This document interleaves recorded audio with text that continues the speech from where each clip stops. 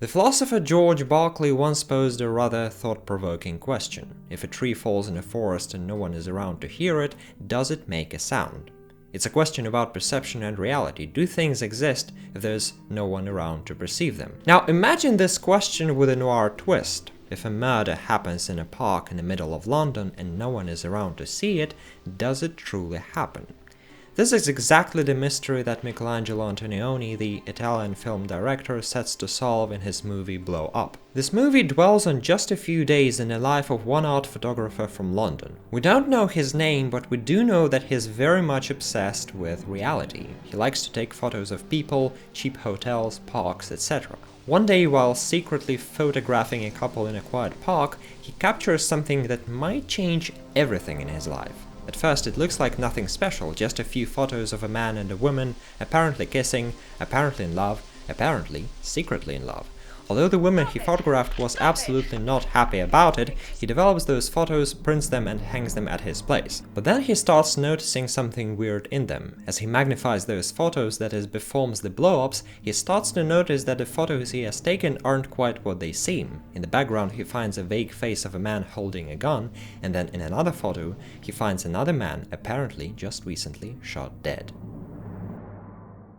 This is a crucial point in the movie because it serves as a trigger, as a turning point for the main character. At the beginning of the movie he is very much excited about capturing reality. He goes to a doss house that is some cheap lodging for the poor and spends the night there just to see how people really live.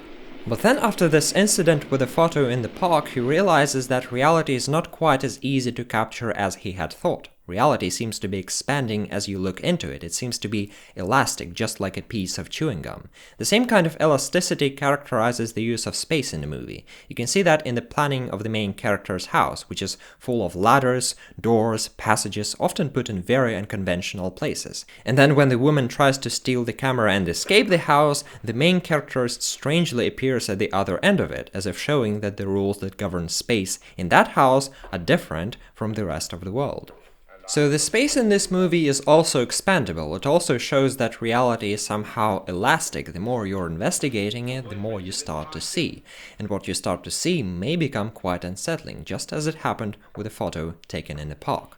But reality in this movie is also something quite inaccessible. It isn't ready to make itself known by others. It constantly tries to escape being known. So in this case, the photos that the main character has made mysteriously disappear from his studio, and the only one that remains is an extremely vague blow-up of the dead man. In fact, it's so vague that when a friend of his sees it, she says that it looks just like one of Bill's paintings, and Bill creates extremely abstract paintings.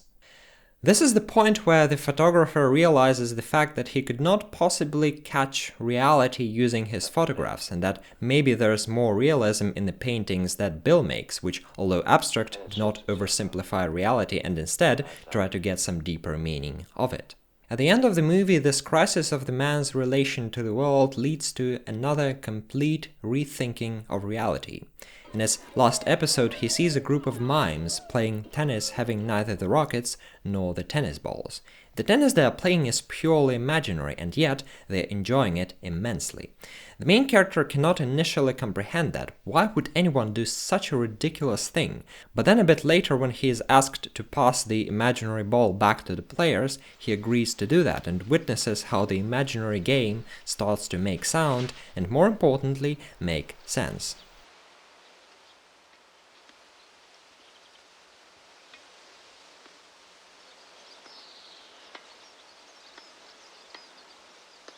This is the last turning point for him and for his understanding of the world. He now realizes that reality is so complex and so expandable that it better be limited by a set of imaginary rules, by a game that would attempt to make reality bearable.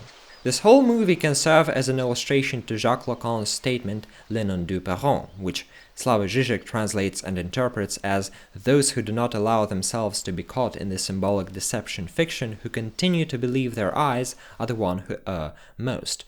This is exactly what happens in the movie. At first, the main character is trying to believe his eyes, to focus on figuring out what reality is, but then he finds out that reality escapes him. It doesn't wish to become known, and on further investigation only turns out to be an abstract painting with no meaning for people other than himself.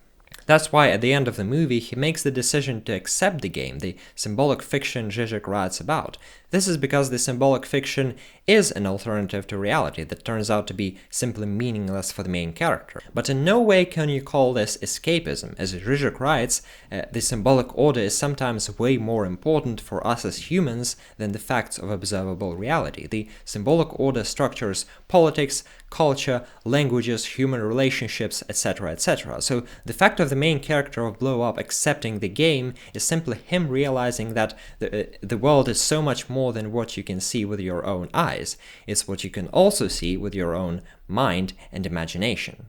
But Antonioni also seems to be hinting at something much more global here. He seems to be creating a metaphor for the whole history of Western culture. If we look closer, we can see how the development of the main character actually mirrors the development of Western culture during the past 100 years. It all starts with the main character's somewhat naive realism in the style of Charles Dickens, with his interest in the dirt, in the poor, in the doss houses of London. It then goes to the modernist and avant-garde realization that reality is quite flexible and needs to be grasped in some novel way, just like those cubist paintings the main character sees at his friend's studio. It's like finding a clue in a detective story.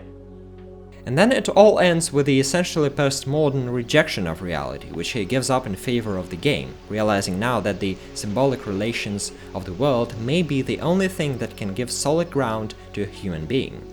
So in this movie, Antonioni basically tries to bring forth the importance of things that cannot be perceived by any of the human senses, but that are still crucial to our lives. And this is where Antonioni comes incredibly close to Stephen Dedalus, the character of James Joyce's Ulysses, who has a walk on a beach and realizes that the only door to perception is to shut your eyes and see. Antonioni would definitely agree with that sentence because to him what is essential is invisible to the eye, so the only way to perceive it is to shut your eyes and see.